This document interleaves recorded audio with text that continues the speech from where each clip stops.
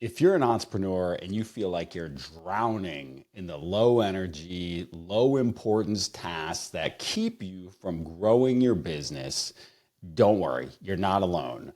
We've all been there. As a matter of fact, I've been deep in that hole, and I'm going to share with you how I've used virtual assistants for the last 5 years, the exact method I use to find them, train them, maximize both of our time using a simple framework I created, and the exact same method that saves me 20 hours a week and can do the same for you. And if you hang in there to the end, I'm going to provide you with my personal onboarding checklist to help you onboard your next virtual assistant. Let's grow. All right, so let's reverse a little bit. Back in 2018, I was trapped in my business. I was doing everything from customer support calls to processing payroll for my clients. We're a payroll bureau. I did everything myself. I made every decision. I felt like if I stepped away for even a second, everything would fall apart. And honestly, I was pretty scared. I remember looking down at my kids playing on the floor, working from home one day and thinking, man, they're going to know that their dad was a failure that couldn't cut it because this business is going down. And then I turned it around. We had employees, we had clients, we had momentum, but I was certainly exhausted. I had no idea what was next for the company. And even worse, I had no idea how to step out of that daily grind. So that's when I realized I didn't own a business, I owned a job. I certainly didn't leave my job to get another job, right? So before I had a VA, I was doing everything from answering my emails, scheduling meetings, doing a ton of low value tasks, things that did not provide value to me or the business. I knew I needed help, but I had no idea where to start. And that brought me into really what I've realized over the last few years is where many entrepreneurs fail. They don't know what to delegate. They don't know how to hire properly, and they don't have a system for onboarding and training. And most importantly, they're not thinking outside the box. They're not hiring offshore talent and people at a lower income that can supplement your existing staff in the US and help you grow exponentially. And when I say lower income, I'm not saying that you hire them for lower than what they're worth. You hire them for the rate of what the job pays in their area and make sure that you pay above that rate so that they can live a great life and they can continue to grow with you. All right, so what to do first? This is usually the first question I get is, all right, Matt, that all sounds great. How do I get started? Well, I stole a great idea from Mr. Chris Ducker. He wrote a book called Virtual Freedom. Highly recommend listening to the Audible if you're considering starting into this world of hiring virtual assistants.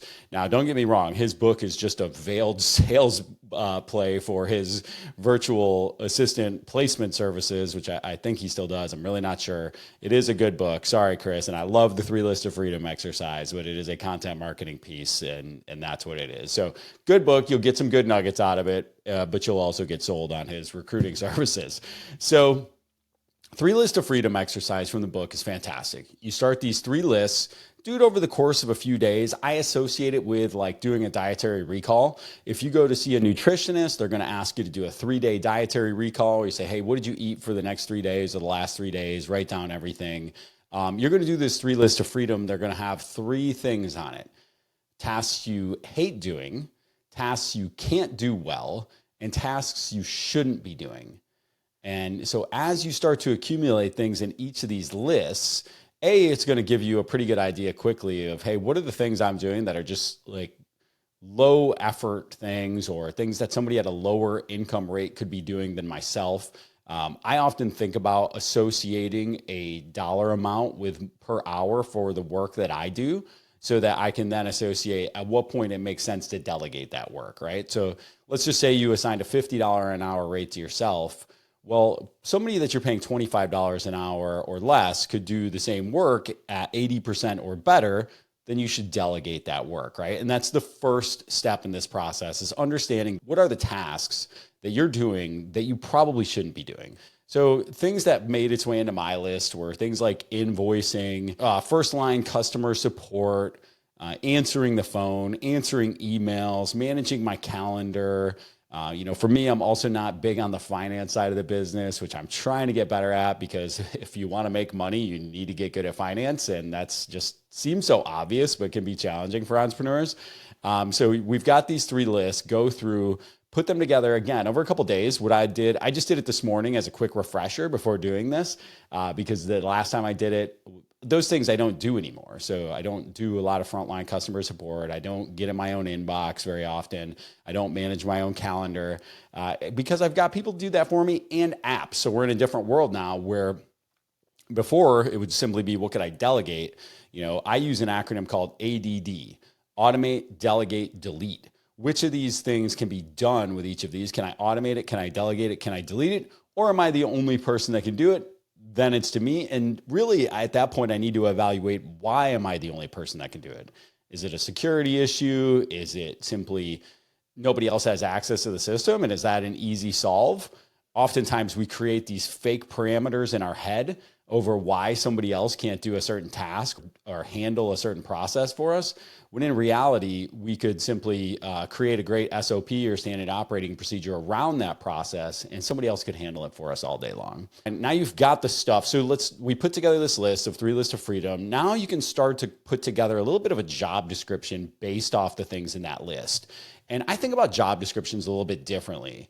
I think about them in terms of, what are the outcomes that I really want from this individual? If we were to fast forward 12 months into the future, what are the 3 things this person accomplished that I say, dang, that was a rock star hire? And so let's start with this virtual assistant and thinking through, what are the 3 things, if a virtual assistant could do these 3 things for you, you look back in 12 months and they were accomplished, that you would think it was a great hire. Well, for me, it's booking me on podcasts. If my new virtual assistant can book me on 24 podcasts in the next 12 months, that'll be a slam dunk hire. If they can help me to onboard each one of our new partners that we bring on, that'll be a slam dunk hire. If they can keep me out of my inbox and out of my calendar, that'll be a slam dunk hire. So if those 3 things happen and we can quantify those 3 things, then I'll know that we won. And now every week when we sit down and evaluate how she spent her time, I'm able to go right back to those 3 outcomes and say, hey, are we staying on track? Am I dragging you into my world of distractions because I'm an entrepreneur and I love shiny objects? Or am I letting you do your thing and continuing to train and invest time and energy into helping you achieve those outcomes alongside me, right? Because we're a team. All right, so how do you find VAs? This is important. You can do it. I like to do it a few different ways. I use onlinejobs.ph is a good site for self-sourcing. You can post jobs there. It's like an Indeed for the Philippines. You can use Upwork. And I'll come back to the pros and cons of each of these. Okay, and Upwork's a job marketplace. Again, a little bit similar to like Indeed for contractors, but people have built out profiles in there where they have star ratings and experience. And so you can get a little bit better feel for you, like the people are working on actual projects. Again, I'll come back to this in just a second. And then I'll use an agency as well. So for virtual assistants, we use an agency called Wing. We've had good success with them of hiring great assistants and making sure that we get the right person for the job that we're doing. So each of those have their pros and cons. For me, if you're just getting started, I would go the agency route. I have no affiliation with Wing. There's no compensation occurring for that, but they're good. Their rates are reasonable. They place quality people with me most of the time. And when they haven't, I've replaced the person and it hasn't been too big of a deal. So make sure that you interview them. I think there's a small extra fee to interview the individual. Do it though. It is worth it. Make sure you know, like, and trust the person. And then also, start them out that first week with some test tasks just to make sure that they're going to fit with you long-term and you've got that onboarding process dialed in right from the start. All right. So training and onboarding your VA. This is critical. You want to make sure, again, that if I've got those 3 outcomes, now I can back into them and provide training videos, whether it's simply a YouTube video. We use LinkedIn Learning. We use internal documents. We use internal documents and SOPs. We use the training from the systems that they're going to use. For example, one of the systems my VA gets in all the time is Go High Level. They have a Go High Level university inside the system. I make sure that's in the training list and I quantify for them, hey, look, this is 20 hours of training. It needs to be done in the first 60 days or first 30 days or whatever that is for the system that you're doing. Make sure you are crystal clear in your instructions with your new teammate the same way you would expect to be with anyone. And again, if I'm going to have a successful relationship here, I'm going to have a good plan. What do I expect from them in terms of outcomes? How am I going to create the training plan and the resources and put them together for them to succeed? And how are they going to help me to improve that? So one of the tools that I use that I love for this process is Loom, Loom.com. Loom is a screen recording tool that also stores and categorizes the videos after the fact. You can create a library inside of there. I have a bunch of Loom videos that I create once, 5, 10, 15, 20 minutes, depending on the task. And now each person that comes in can just take that over based on just logging into that training and then getting access to the right systems. My email is a prime example. I have a spreadsheet with, hey, here's what to do with each of these types of emails. And now here's a Loom video walking you through my inbox, my expectations, all these things.